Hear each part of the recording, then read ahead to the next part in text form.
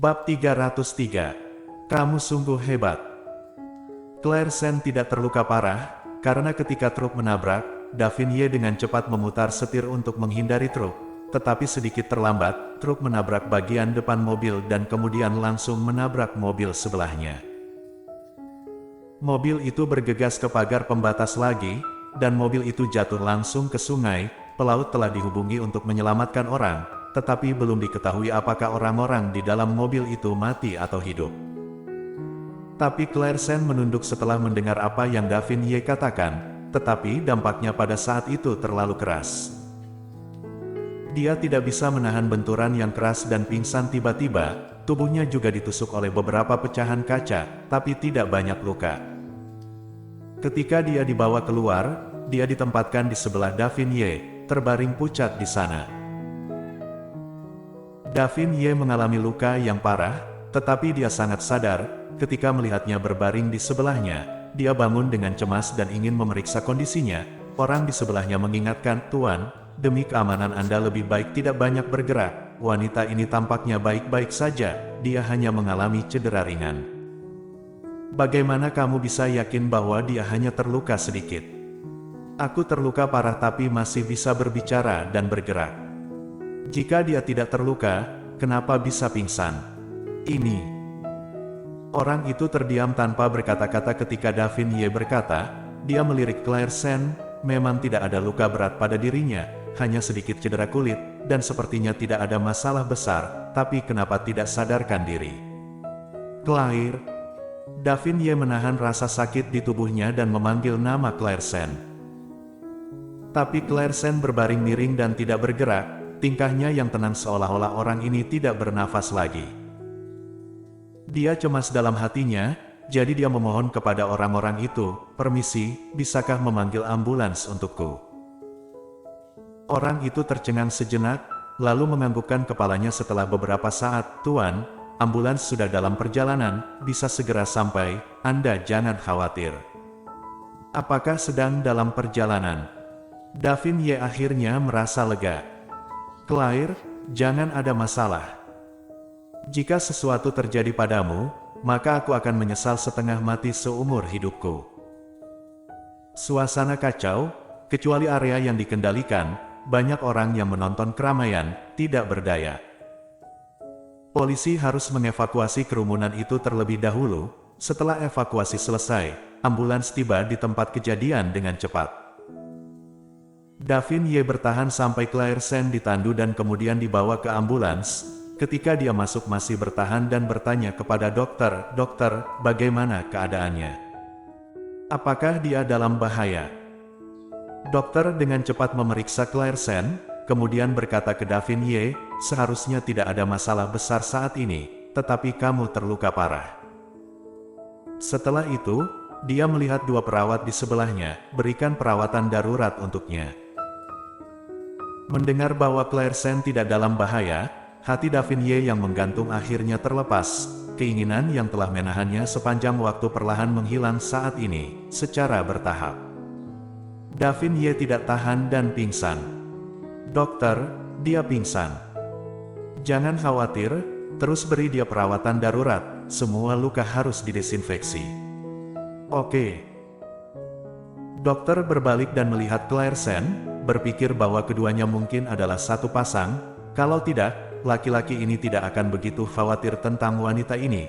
Jelas terluka seperti itu, masih bersikeras bertahan. Sekarang mungkin tahu wanita ini tidak dalam bahaya, jadi membiarkan tubuhnya tidak bertahan dan pingsan.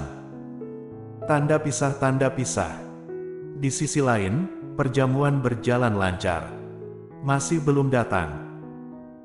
Meskipun Golden Ye telah mengucapkan kata-kata yang begitu berat kepada Arthur Xiao, hatinya masih berharap bahwa wanita itu bisa tiba-tiba muncul di gerbang, atau di sudut, atau di depannya, mengatakan padanya bahwa dia sudah datang. Tapi dia menunggu dan terus menunggu, dimanapun tidak ada keberadaannya. Ketika Arthur Xiao mendengar pertanyaannya, telinganya hampir jatuh karena kaget.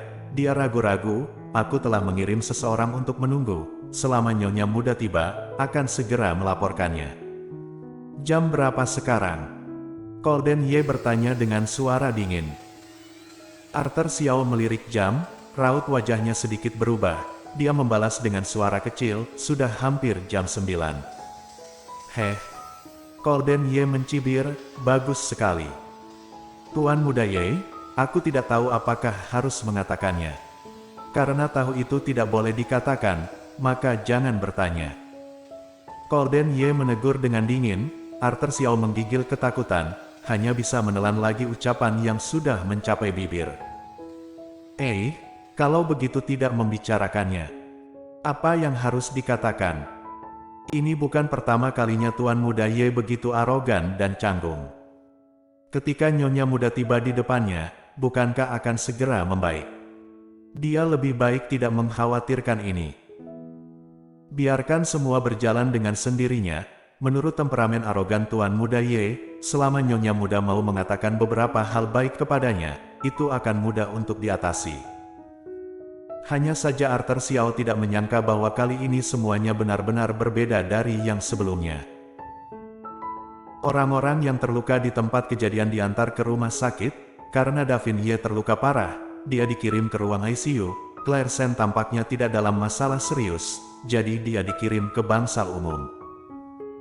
Ketika dokter mengetahui dia hamil, pada saat itu, raut wajah dokter langsung berubah. Kamu bilang dia hamil? Ya. Dokter melirik Claire Sen, lalu dia masih koma sampai sekarang. Mungkin ada bagian yang terluka, cepat bawa dia ke ruang ICU untuk memeriksa situasinya. Perawat itu mengangguk, baru saja akan memindahkan Claire Sen, tetapi Claire Sen tiba-tiba menjerit dan kemudian perlahan bangun. Kamu sudah bangun. Perawat itu berseru, dan membungkuk, bagaimana perasaanmu? Apakah ada bagian yang tidak nyaman? Claire Sen merasa kepalanya sangat berat dan sedikit sakit, butuh waktu lama sebelum dia mendapatkan kembali kesadarannya.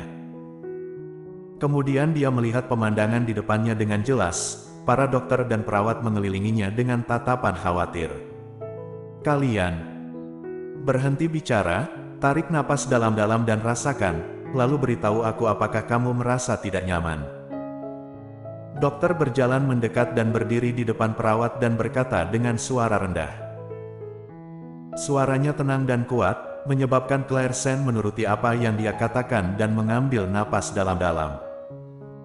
Setelah beberapa saat, dia menggelengkan kepalanya, sepertinya tidak ada yang tidak nyaman, hanya apa? Dokter segera bertanya dengan gugup. Hanya saja kepalaku sedikit pusing. Apakah ada rasa sakit? Sepertinya. Bagian belakang kepalaku sedikit sakit.